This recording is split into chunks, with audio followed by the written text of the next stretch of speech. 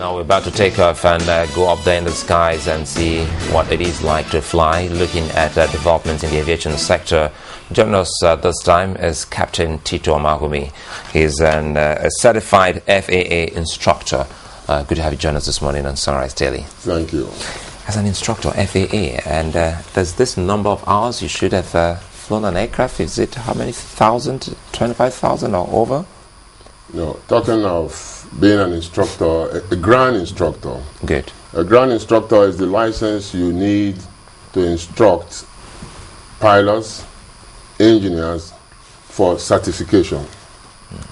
And as far as we know today, is the advanced FAA ground instructor license you even need to instruct to send a man to the moon. There's no bigger license than that in the FAA regime. You know, I've been so interested in all of this matters in the aviation sector, and for the first time everyone started talking about so many issues, safety, and talking about our airports specifically for a ground instructor. Now let's look at the airports. Some of them were built in the late 70s and early 80s, and they say they're still very much the same. Are they relevant in today's air safety matters, or even aesthetics, if we have to talk about aesthetics in addition to safety? Well, as far as that is concerned, I know that much.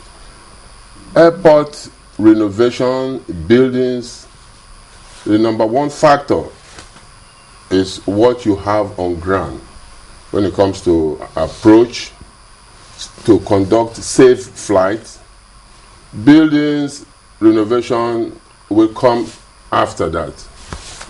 But what I have observed, the hue and cry in this country about what our Minister of Aviation is doing is that this woman came out smoking. Nigerian has never seen it this fast before. She came out smoking. People are reading meanings into her action. But I think she is in the right direction, because I represent Nigerian concerned aviation professionals.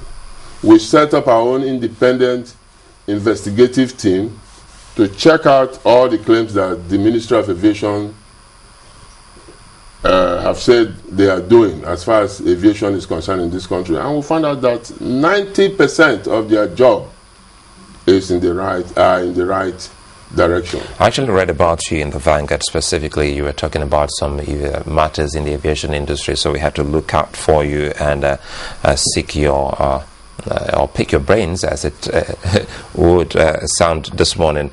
Tell us more about the facilities that we should see in our airports that will amount to safety up there in the skies. Good. When we talk of approach, there are facilities like the ILS, VORs, radar, VHF radios, and such likes, so that airplanes can be brought in safely for landing, irrespective what the weather conditions are.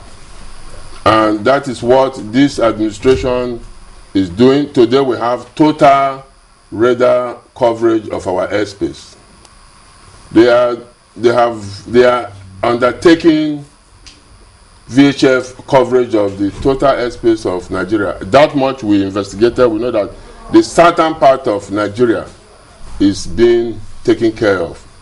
We are waiting for the northeastern part of Nigeria, because the delay is not connected with the problems of security that we have in that area of the country. But having said that, we are on the right track. We have everything that guarantees safety of our airports on ground in this country today for the past 5 years. If we get what you're saying before now, these equipments were non-existent in our airports and we were flying? They were non-existent. If they were existent, they were not operational. What about training? Like as an instructor, what kind of training would you recommend? And as a government or airline operators, are they conducting these regular trainings for their staff? We have always said the best safety device in an airplane is a well-trained crew. That is why Nigerian Airways was above board in aviation in the world, because you cannot become a captain in Nigerian Airways if you had not logged 6,000 hours under supervision. Then the problem arose, the liquidation of Nigerian Airways. That is a matter that we shall talk about. But for you to be well trained, for you to be proficient on your job, rest on the airlines.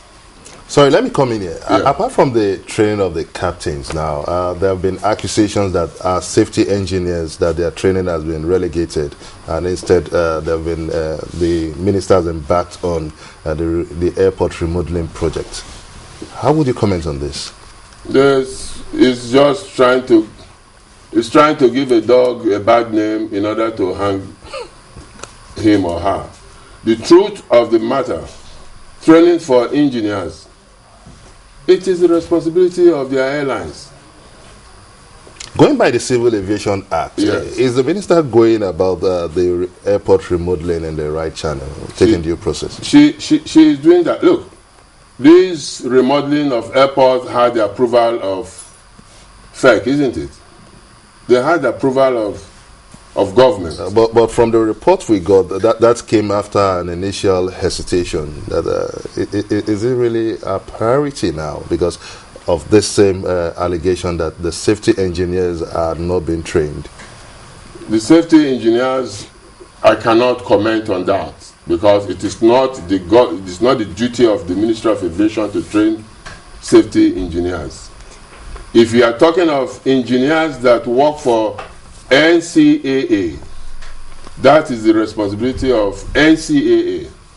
And I will tell you this, who are these engineers of NCAA? Captain Tito, sorry, a minute. Let's just look at what we see, the pictures we see there, and some works in some of the airports. And well, some say, should an airport be closed down when you're trying to reconstruct or refurbish an airport, or do you also operate it as works are ongoing? Well, you know, most of our airports in this country only operate at daytime. That is the truth. Most of our airports have daytime operation. Not because they could not land in the night, but because all our activities are centered operating at the daytime operation. Because do we now have facilities to land at night in almost all the international airports? We have facilities. What we don't have, because they are so much disorganized, is where to search for aeroplane in the night when they end up where they are not supposed to end up. So to be on the safe side, we operate daytime flight always.